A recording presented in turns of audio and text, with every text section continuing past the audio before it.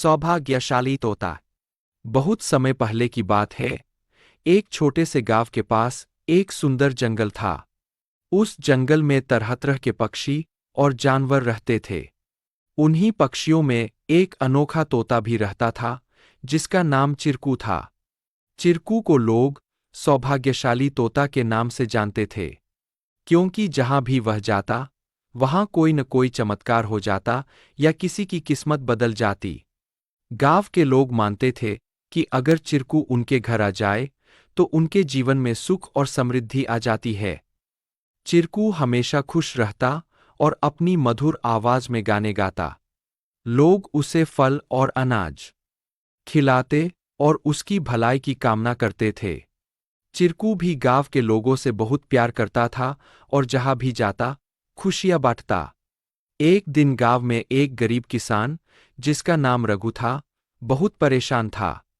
उसकी फसलें बर्बाद हो गई थीं और उसके पास खाने को भी कुछ नहीं था।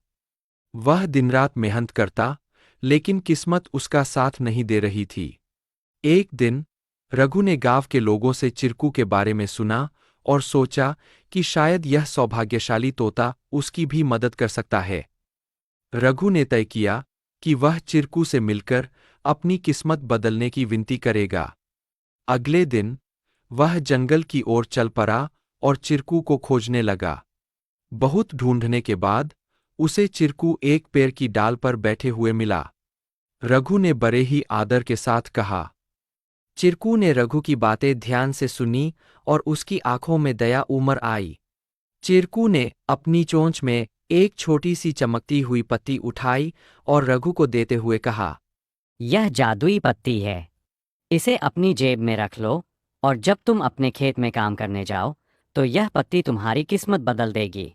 रघु ने धन्यवाद कहा और वह पत्ती लेकर अपने घर लौट आया। अगले दिन वह अपने खेत में काम करने के लिए गया। जैसे ही उसने खेत में जुताई शुरू की, अचानक से बारिश होने लगी। उसकी सूखी जमीन हरी भरी हो गई और थोड़े ही समय में उसकी फसलें लहलहा उठीं।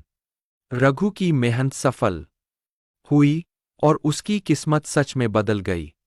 अब रघु के पास भरपूर अनाज था और वह फिर से खुशहाल जीवन जीने लगा। उसने गांव के लोगों को चिरकू की बुद्धिमानी और उसके द्वारा दी गई जादुई पत्ती के बारे में बताया। सभी लोग चिरकू की प्रशंसा करने लगे और उसे और भी अधिक प्यार देने लगे। लेकिन चिरकू ने रघु को एक बात कही थी। याद रखना, यह पत्ती सिर्फ तुम्हारी मेहनत का साथ देगी। अगर तुम मेहनत करना छोड़ दोगे तो यह भी अपना जादू खो देगी। रघु ने चिरकू की बात समझ ली और कड़ी मेहनत जारी रखी। धीरे धीरे उसकी स्थिति पहले से बहुत बेहतर हो गई। वह गांव के सबसे सफल किसानों में से एक बन गया, लेकिन उसने कभी यह नहीं भूला कि उसकी सफलता में चिरकू और उसकी मेहनत का कितना बड़ा हाथ था। कहानी से सीख। इस कहानी से हमें यह सीख मिलती है कि किस्मत भी उन्हीं का साथ देती है जो खुद मेहनत करते हैं। सौभाग्य और अवसर तभी काम आते हैं जब हम अपने प्रयासों से उन्हें सही दिशा